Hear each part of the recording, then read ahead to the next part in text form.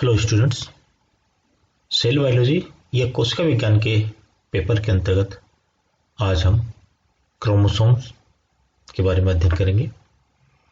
Chromosomes या गुणसूत्र केंद्र में मिलने वाली एक प्रमुख संरचना है जो सामान्य तौर पर क्रोमेटिन नेटवर्क के रूप में रहती है।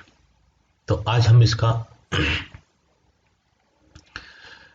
संरचना के बारे में, इसकी केमिकल कंपोजिशन के बारे में और संख्या और शेप एंड साइज के बारे में आज हम इस वीडियो के अंतर्गत अध्ययन करेंगे। ई स्ट्रासबर्गर ने 1875 में सर्वप्रथम एक धागेनुमा संरचना के रूप में देखी थी, जो कि सेल डिवीजन में दिखाई दी थी, और इसी के साथ नाम आता है कार्ल निगेली का, जिन्होंने पादप कोशिका में भी इस तरह की संरचनाओं को देखा था। और गुणसूत्र को देखने का ई स्ट्रासबर्गर का नाम आता है। These thread-like structures are called chromosome due to their affinity for basic dyes. क्षारीय रंजकों के द्वारा, स्टेन के द्वारा ये कलर लेती है, और जो टर्म क्रोमोसोम्स जो दी गई है वो क्रोम मीन्स कलर और सोमा मीन्स बॉडी। जो कलरफुल बॉडी है, स्टेन हाईली लेती है, कलरफुल बॉडी है, उसी को क्रोमोसोम्स कहा गया। ये टर्म क्रोमोसोम्स नाम 1888 में वाल्डेयर ने दिया था।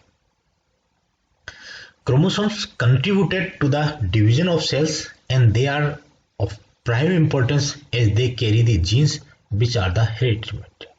जब हम सेल डिवीजन की बात करते हैं तो सेल डिवीजन में क्रोमोसोम्स का ही डिवीजन होता है प्रमुख रूप से, और ये क्रोमोसोम्स ही जीन्स के वाहक हैं, इसलिए एक बहुत इंपॉर्टेंट संरचना है। क्रोमोसोम्स नंबर जान लेते हैं कि प्रत्येक कोशिका में क्रोमोसोम्स की संख्या कितनी होगी।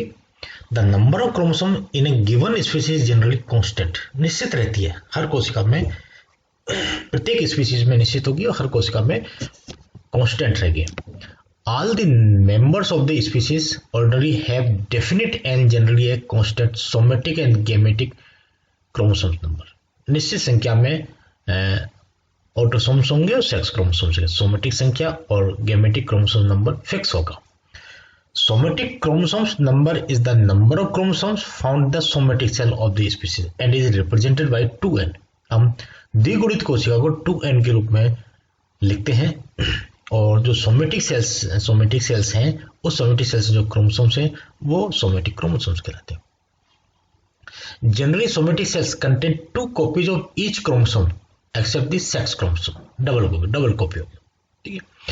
Both the copies are ordinary identical in morphology. ये दोनों जो कॉपी हैं, जो पेयर में हम बोलते हैं, वो मॉर्फोलॉजिकली आइडेंटिकल होंगी, उनके जीन कंटेंट सिमिलर होंगे, gene order and hence known as homologous chromosome. इस कारण इनको होमोलोगस क्रोमोसोम्स कहते हैं।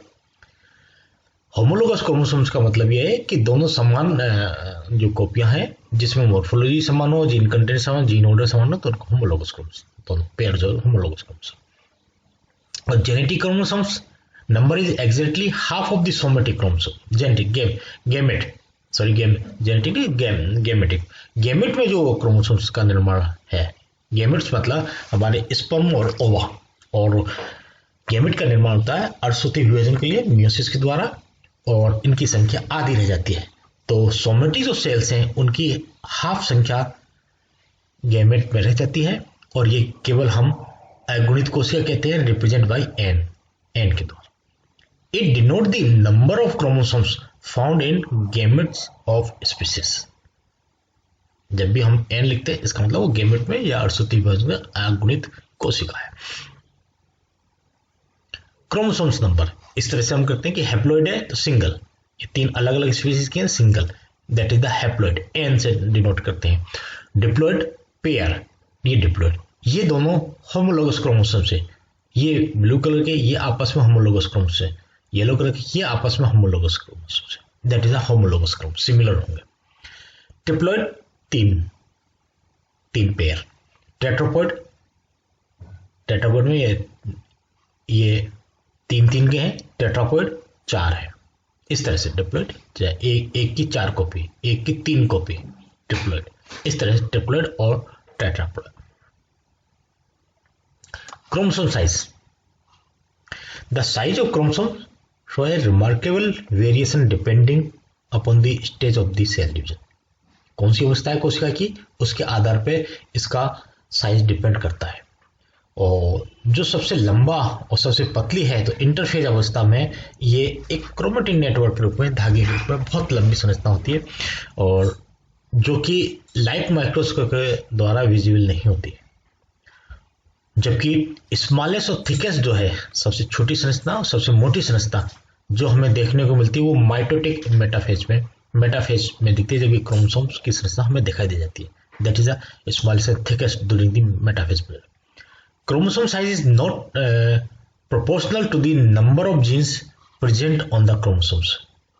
Chromosomes की जो साइज है वो नंबर ऑफ जीन्स पे के अकॉर्डिंग प्रोपोर्शनल के अकॉर्डिंग नहीं हो सकती, वो अलग अलग डिफरेंट हो सकती है। क्रोमोसोम्स मॉर्फोलॉजी, संरचना मॉर्फोलॉजी क्या है? The outer covering or sheath of a chromosome is known as pellicle. Chromosomes की जो संरचना स्टार्टिंग में एक डायग्राम के द्वारा दिखाई थी, ये क्रोमोसोम्स की संरचना है, ये जीन्स की संरचना है। इसमें जीन और ये पर्टिकुलर एक जीन को हम डीएनए के रूप में दिखा रहे हैं। ये पूरा एक क्रोमोसोम जो हमें दिखाई देता है, ये क्रोमोसोम्स की संरचना और ये रैपिंग डीएनए जिस तरह से पैकिंग करेगा, ये डीएनए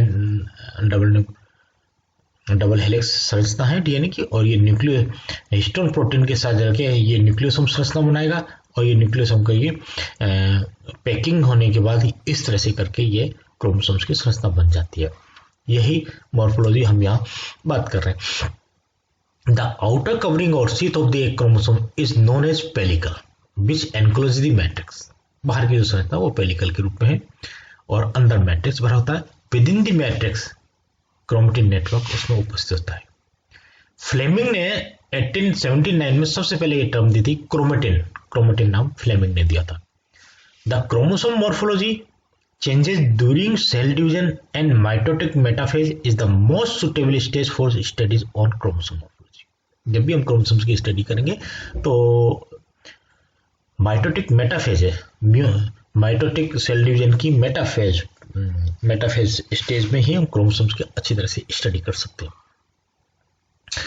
इन माइटोटिक मेटाफेज में chromosome the following structure feature can be seen under the light. ये स्ट्रक्चर देखने को मिलते हैं, that is the morphology chromosome.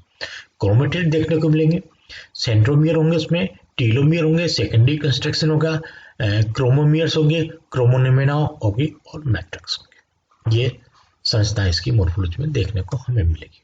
इनके बारे में एक एक के बारे में अध्ययन करते हैं। क्रोमेटिड दैट इज एक क्रोमोसोम्स की संरचना आपके सामने दिखाई गई है साधारण।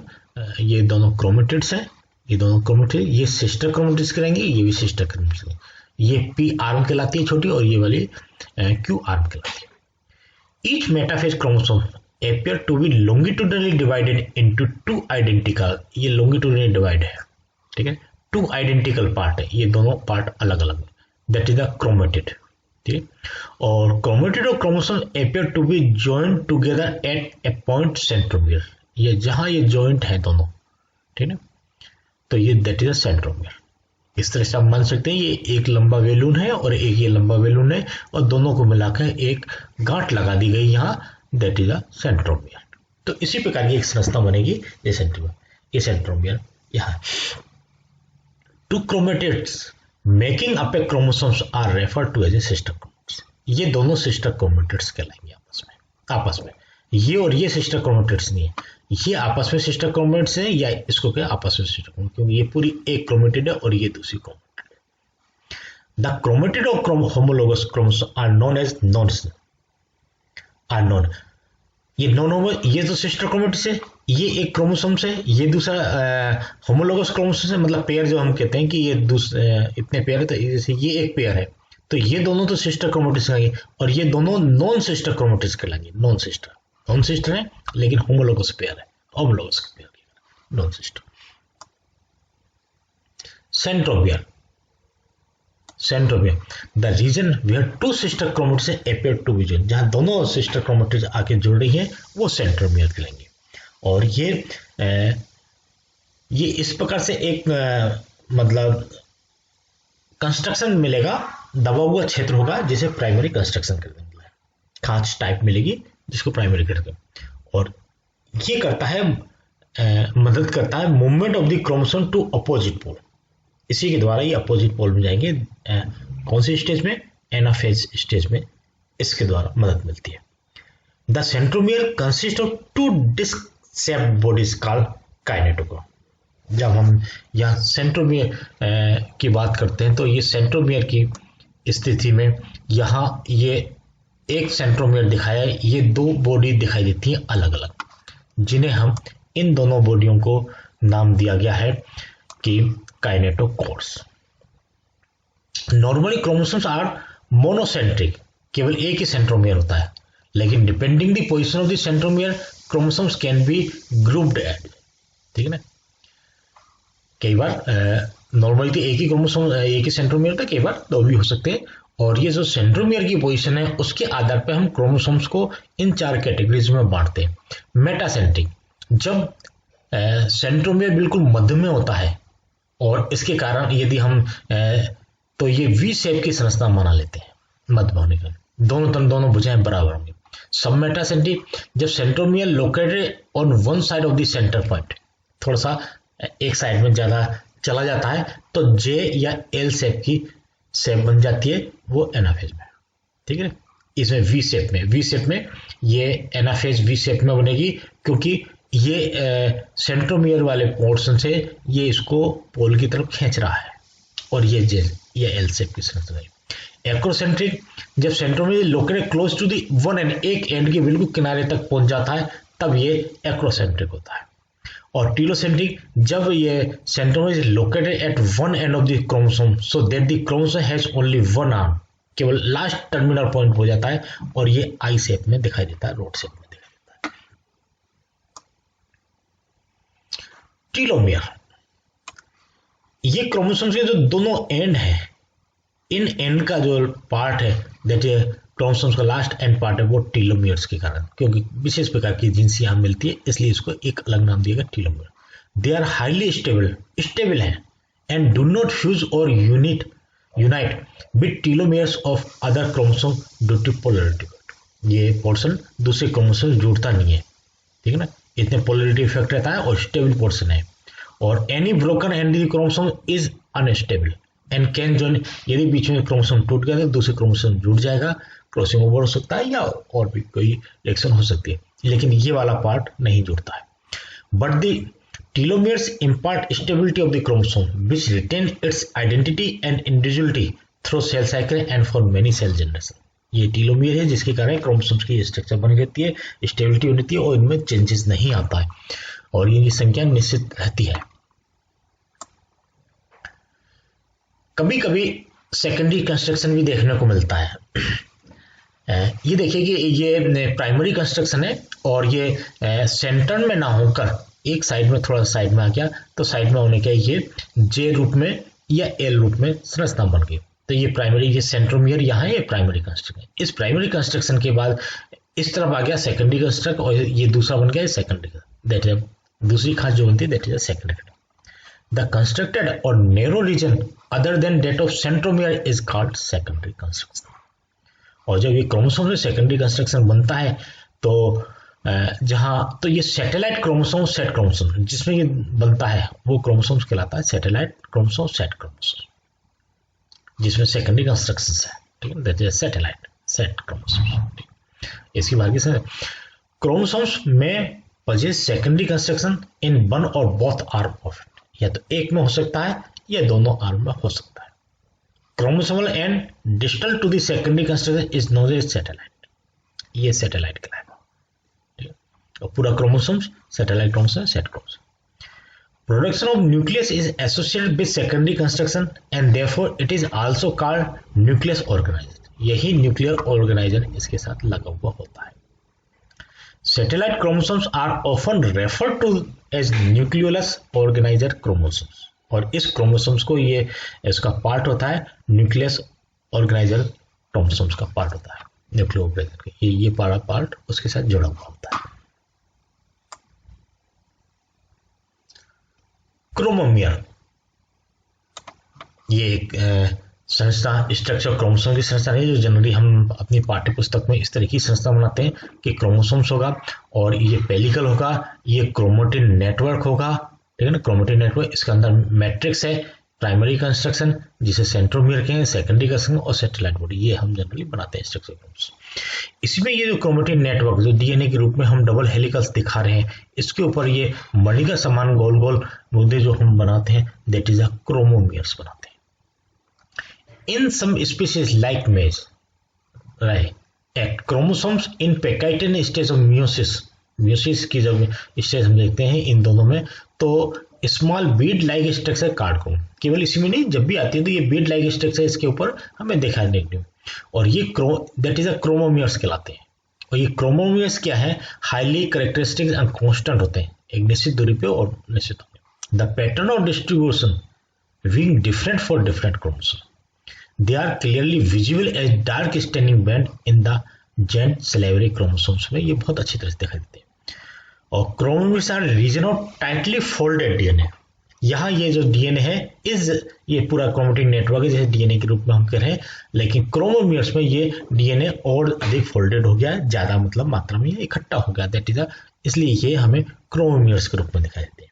इसका मतलब क्रोमोमियर्स ये एक प्रकार से जीन के पार्ट है, जीन है मतलब। Chromonimeta. Chromosomes consist of two chromatids and each chromatid consists of thread-like coil structure called chromonema. और chromonema प्लूरल हम कहते हैं chromonimeta। ये chromonema है, ये जो स्ट्रक्चर हम देखा है chromonema, ठीक है, chromonema, और प्लूरल हो गया उसका chromonimeta। The term chromonema was coined by Vejvodovsky in 1912 में। Chromoneta form the gene wearing portion of chromosome, मतलब इस क्रोमोसोम से कहीं भी अगर जीन है तो वो इस क्रोमोनेमा पे ही जीन है, बाकी के और पोर्शन में नहीं है। Matrix, the mass of achromatic material which surround the chromonemata, इस क्रोमोनेमेटा के सराउंड में जो भी जितना भी पदार्थ भरा हुआ है और जो पेलिकल से घिरा हुआ है वो मैट्रिक्स कहलाएगा। ये मैट्रिक्स और पेलिकल आर नॉन जेनेटिक, ये दोनों नॉन जेनेटिक है, केवल इसको सपोर्ट करते हैं, and appear only at metaphase, metaphase में अपियर होती है, बाकी की और सब में ये जबकि व्हेन द न्यूक्लियोलस डिसअपियर तब ये अपियर दिखाई देती है, बाकी की नहीं होती। Composition of chromosomes, the material of which chromosomes are composed is called chromatin। Chromosome से प्रमुख रूप से क्रोमेटिन ही होता है, और फ्लेमिंग ने ये टर्म दी थी क्रोमेटिन 1879 में। और chromatin was classified into two groups by cytologist on the basis of the affinities to basic dyes. Acetocarmine और फ्यूजन जो है इनके द्वारा ये क्रोमेटिन किस प्रकार से जब इनको डाई करते हैं तो क्रोमेटिन जो नेटवर्क है वो स्टेन लेता है और कुछ पोर्शन उसका हल्का होता है, कुछ डार्क हो जाता है। इस आधार पर ये क्रोमेटिन नेटवर्क जो है दो प्रकार का कहलाता है। जो डार्क स्टेन लेता है उसको हम हेट्रोक्रोमेटिन कहते हैं, और जो लाइट स्टेन लेता है इसको यूक्रोमेटिन कहते हैं। और ये स्टेनिंग कैपेसिटी से ही कारण जब हमारा होता है ये दो अलग प्रकार से है, ठीक है ना, ये हेट्रोपिक्नोसिस कहलाती है, दो अलग प्रकार की, और इनकी दोनों की अलग अलग विशेषता है, और ये अलग प्रकार से स्टेन ले रहे हैं और इनमें अलग अलग प्रकार की जीन कैपेसिटी है। हेट्रोक्रोमेटिन जो कि डार्कली स्टेन ले रहा है, जो बहुत जल्दी इजीली विजिबल हो रहा है, is further classified into two group, constitutive और फैकल्टेटिव। और कॉन्स्टिट्यूटिव है it is present in all cells at identical position on both homologous chromosomes of the pair, दोनों में ये, और ये कांस्टेंट रहता है। Facultative it varies in state in different cell type, ये बदलता रहता है from the homologous chromosome to the another. Composition chromosomes, ये केंद्रक है, केंद्रक की जो हमें क्रोमेटिन नेटवर्क दिख रहा है ये न्यूक्लियोलस है, क्रोमेटिन नेटवर्क, ये हाईली स्टेन जो है हेट्रोक्रोमेटिन, और जो लाइट स्टेन लेता है यूक्रोमेटिन, ठीक है। और हेट्रोक्रोमेटिन दो प्रकार का है, हेट्रोक्रोमेटिन कॉन्स्टिट्यूटिव, ये स्टेबल होगा, और फैकल्टेटिव रिवर्सिबल होगा। और है ये कंस्टिट्यूटिव जो है स्टेबल है, ये कंटेन सैटेलाइट डीएनए होगा और ये लाइन सीक्वेंस एनरिच्ड होगा। ठीक है, ये पॉलीमॉर्फिज्म में कम है, इसका भी पॉलीमॉर्फिज्म दिखाता है, ये पॉलीमॉर्फिज्म दिखा सी बैंड प्लस और सी बैंड माइनस। ये स्ट्रक्चर दिखाइए कि that is a part euchromatin और ये हेट्रोक्रोम, ऑरेंज पार्ट जो दिखाया हेट्रोक्रोमेटिन, ये टीलोमियर वाला पार्ट है हेट्रोक्रोमेटिन, सैटेलाइट सेंट्रोमियर और ये यूक्रोमेटिन।